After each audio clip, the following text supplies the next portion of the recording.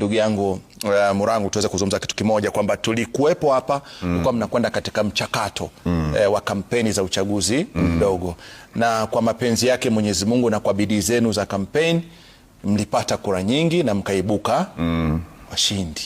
Nisipo Oh my God! Wow! Kuambia hapo utasema kidogo labda sija kutendea haki. Ulizungumze kwa kidogo kwa yaliyojiri Olkalau.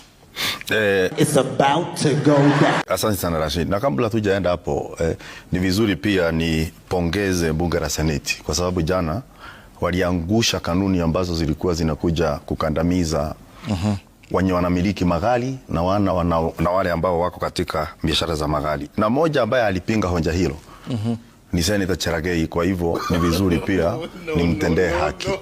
Na pia namwomba katika mazungumzo ya leo pia akili isihame isikuja kwa msimu kama maembe. Oh my God! Atumie hiyo akili ambayo wako nayo, tuzungumze kitu ambayo ina maana.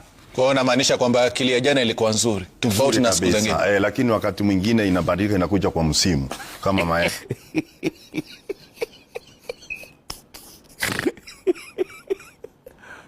Na ndio sasa namwambia leo tukifanya kama jana tutakuwa na mjadala mzuri sana. Sasa niseme ya kwamba ni kweli na nishukuru watu wa Olkalau kwa sababu walisikia. Mimi ndo nilikuja na falsafa ya kwamba kuku tetea anaweza kula mahali popote katika kijiji, lakini kutaka yai ni nyumbani. Na watu wa Olkalau walikula kila mahali kwa serikali, lakini mayai walitagia nyumbani.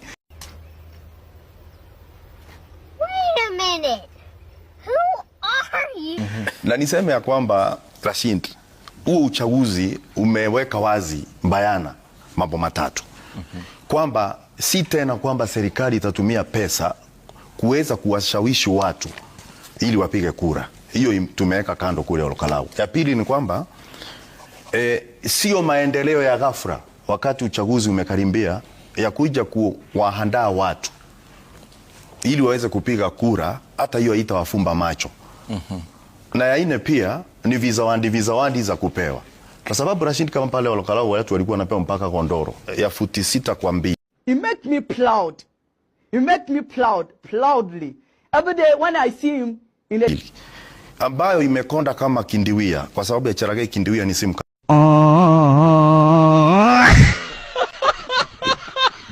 kidogo namna hii ambayo unalala mtu mmoja, ilikuwa inaitwa gondoro ya talaka kwa sababu mwezi labda mulale kwa zamu, lakini watu wakakataa hiyo, wakakataa viatu, wakakataa hata vitu nyingi zililetwa, hata mambo zingine zililetwa mahali hakuna ziwa.